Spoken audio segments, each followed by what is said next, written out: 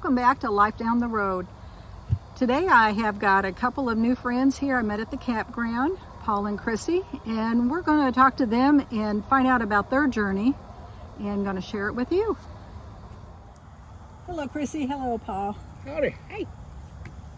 They were my neighbors when they were parked next to me at the campground that we're at.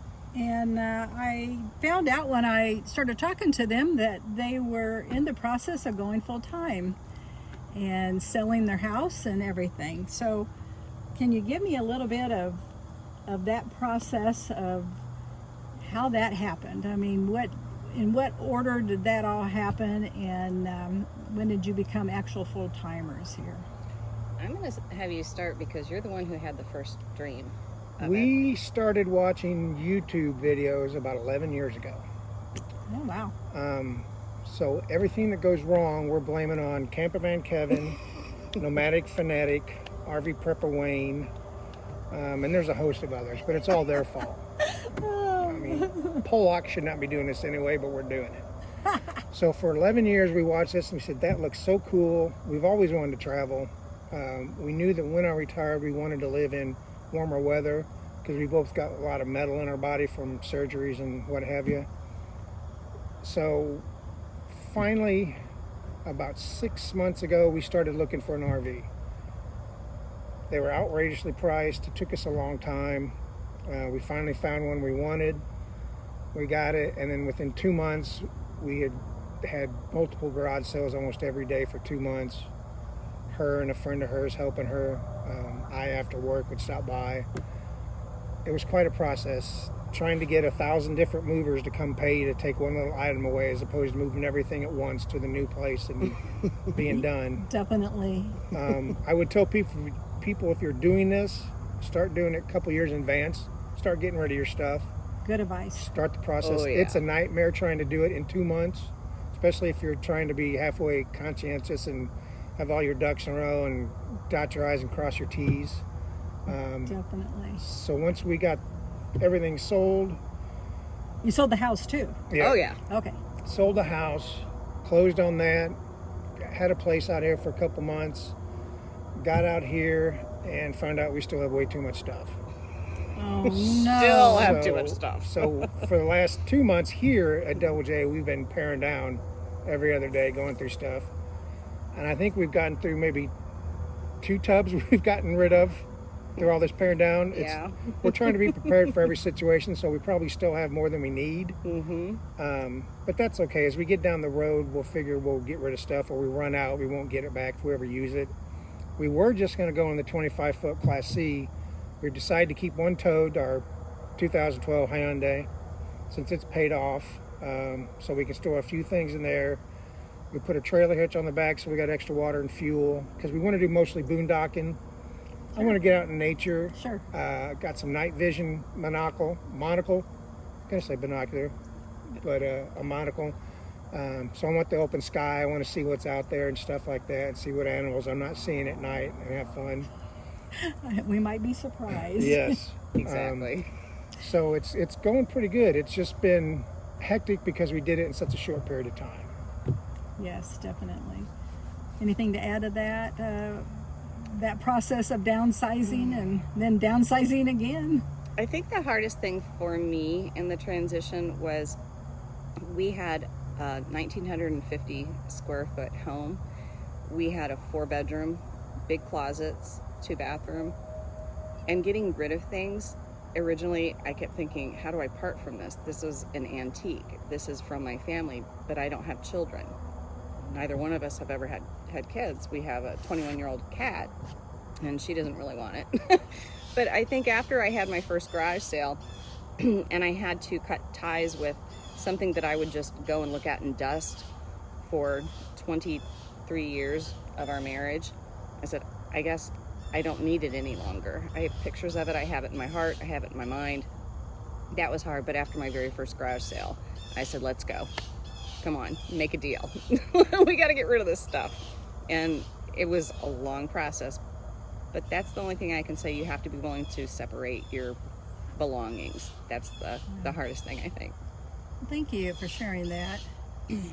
So Crissy, can you tell me a little bit of why now? And you're so young to be retired and to be full-timers. And are you going to take a job on the road? I will not. Okay. I won't. The job that I had, I was working in a medical facility. My job was kind of a unique thing, and when the pandemic hit, my job kind of got changed. It was almost like it didn't exist for a while, and everything went virtual, and then they wanted everyone back, and that was basically the reason why I chose not to go back, for my health and Okay. multiple other reasons. But it was almost like it was meant to be. I didn't really have to plan a date. This is my retirement. I think the universe just delivered it to me, and that made it a little easier for me. Sure. The other part was just coordinating with Paul when Paul was comfortable, I think, when he was ready to retire, which I think he was really ready for quite a few years. You seem so young, Paul, to be retired. What's your Well, story? I'm not young. Luckily, I smell young. He used soap, that's why. I just retired from working 26 years for the state of Illinois, and I was ready. A lot of back issues and hip issues. Had 3 hip surgeries, a hip replacement. She's had 2 major back surgeries and several strokes. So it was one of those things of, after COVID hit, it just hammered home the point of how short life is. You never know what's going to happen. It's day to day. And I'm glad we did and pulled the trigger. We actually bought some of my military time so I could retire a year earlier than I could have otherwise. And some of the things, talking to people when we were having the garage sale, my wife actually talked to a gentleman in a wheelchair, and she told him what we were doing and why. And he said, you know what, we were going to do that. We waited too long, and I ended up in a wheelchair. My wife had a heart attack, so we couldn't do it. So we said, we're doing the right thing. Everybody we've talked to said, don't wait. You never know. Tomorrow's not guaranteed. And with the ambulatory issues we have, we said, we better do it now for a couple of years while we can, because I can see in a couple of years us not being able to get around that well. So we're going to do it come hell or high water, no matter what it costs and whatever. I'll just go, by God, we're driving around this country, and people are going to have to put up with us from state to state until we're done RVing. That's an emotional response. I've got goosebumps like you wouldn't believe. Thank you for sharing that. That is very personal, and that puts together your story. So now that you've been at the campground and your house is behind you and you're living full time, have you had any surprises just being stationary for a little while, getting your bearings and going through things? Yeah, figuring out the electrical system, what runs off which batteries was an issue. Not our fault. We had some batteries drained, and then we had to get them replaced, and the ones we got replaced, there was something wrong with them. So it took like 3 sets of batteries to get that situated, and then figuring out which outlets actually run off the batteries and which don't.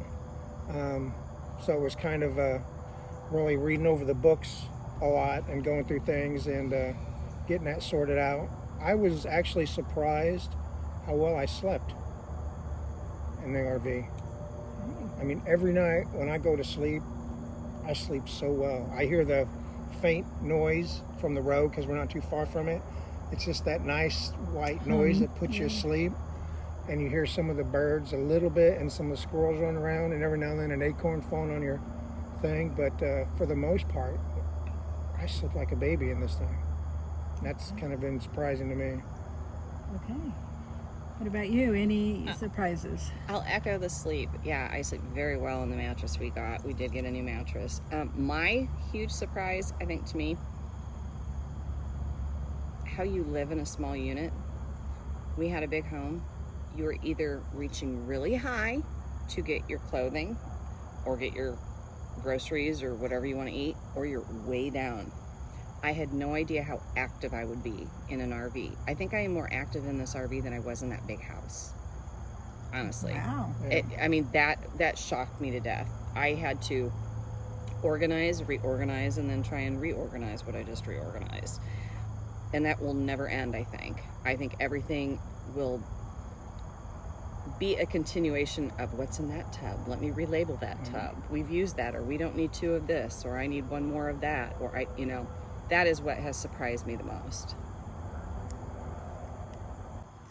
Now, I'd like for you to share any plans that you're going to do and places you're going to go once you leave here. Definitely, number one thing is to go and see my father. I have not seen my father in a long time. He's about 4.5 hours away, which is nice. It's not too far away. And I can't wait to see my sister again, but she's on the East Coast. So that is what our kind of an inspiration to try and follow. Our goal is to follow 75-degree weather. And I'm understanding too, knowing that with the hurricane that has affected down in Florida, how much I have learned on people talking about on, boy, if you had a location and you had plans there with no reservation, you better rethink that. So that's another something that we have never really done because we have been in an RV park for the last 2 months. So that's going to be new to me, but we are just going to be hopeful and hope that we've got a little angel over us and we will never be in horrific weather. How exciting. Yeah. To be starting out and everything new. And my brother has always said the first 2 weeks on the road, you're going to learn a lot more than 2 years stationary. So I have a feeling that you'll be sharing what you learn with us too.